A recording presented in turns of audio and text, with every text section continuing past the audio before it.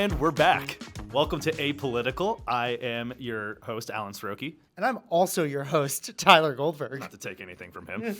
Co-host and co-host. It's been a while since we checked in, about a week.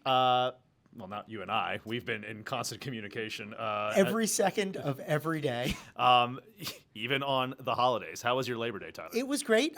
We were both working remotely, and it is actually stipulated in our contract that we cannot do the podcast without our lovely table. As everyone should know. So as not to confuse our growing viewership, we decided that we would hold off a week until we could be back where we belong, behind the desk. And look, Labor Day means a lot to us in particular in this line of work because while it's just a nice end of the summer and it's a good way to reset, it's also the mark in political advertising as really when everything starts to ramp up.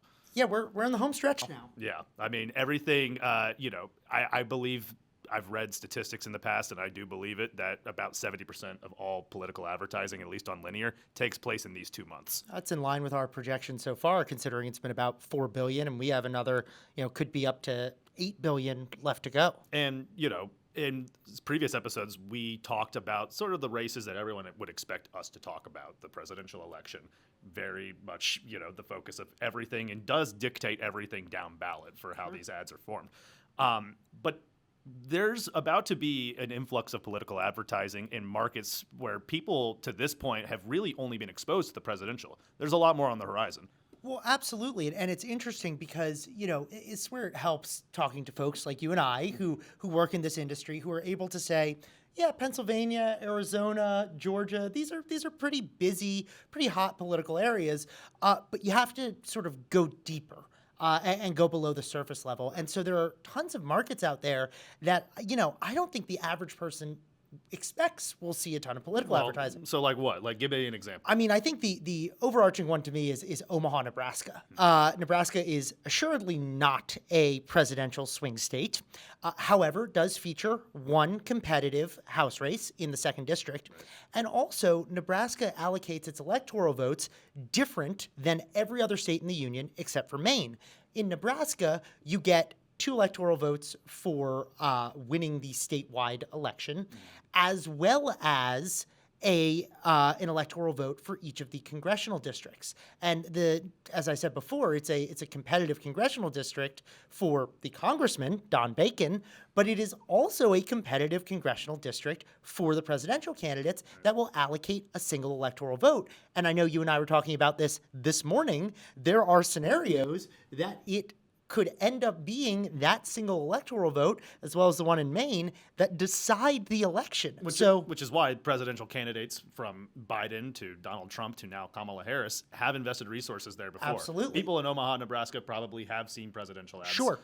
They're about to see a lot more, though, on the congressional side right. of things. And it's the relationship between, if you look at Lincoln, which isn't too far from Omaha, same state, they may not get any political ads or get a lot fewer than a place like Omaha. Yeah. So that's one of the markets I'm watching. What about you? So kind of playing off of how congressional races are really about to start ramping up, that's probably no more true than in California, specifically Los Angeles, which is one of 2 epicenters for congressional spending this cycle. There are about 5 competitive House races that touch that DMA that both Democrats and Republicans are investing heavy amounts of resources in. And they booked these reservations way, way back at the beginning of the year, like around April or March. Those ads are about to start airing in these districts. Los Angeles is one of those weird markets, too, where the broadcast is just so expensive to get in. A lot of this spending is going to pour down into the cable systems. It's very much so like sports in particular. Like we're in football season now.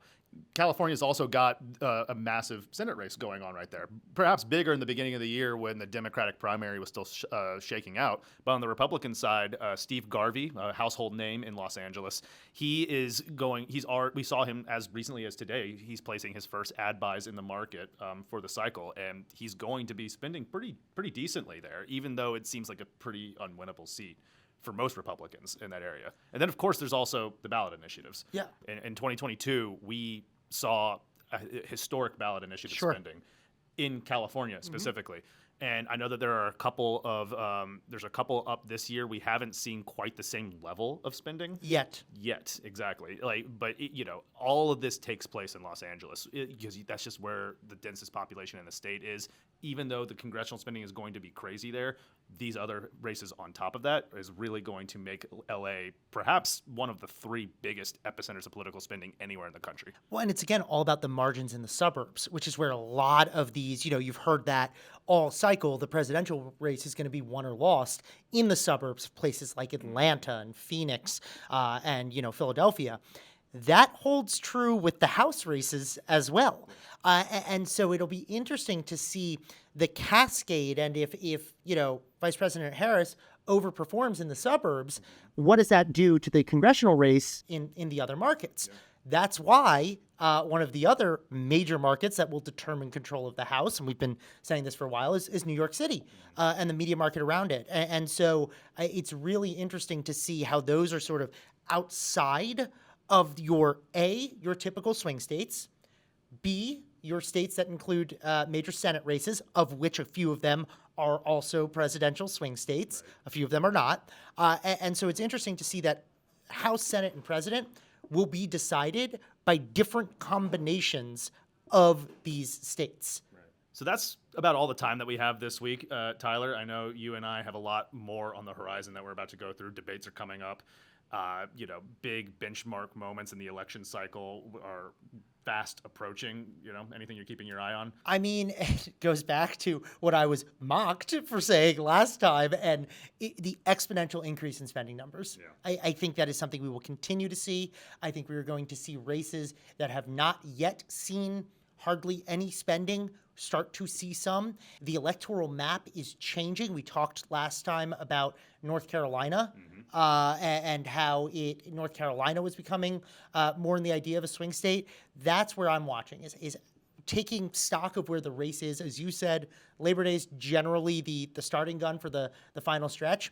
Taking stock of where the race is right now and where it'll be in a few weeks. And you know what? The good news for all the viewers at home is that we'll be here every week breaking down the news, unless either of us is remote and can't do it in front of the table, then we won't be here. Well, through the power of editing, I think we can figure our ways around that. CGI table. We'll write it up. Anyways, thank you so much for joining us. I'm Tyler Goldberg. And I'm Alan Srochi. We'll see you next time on APolitical.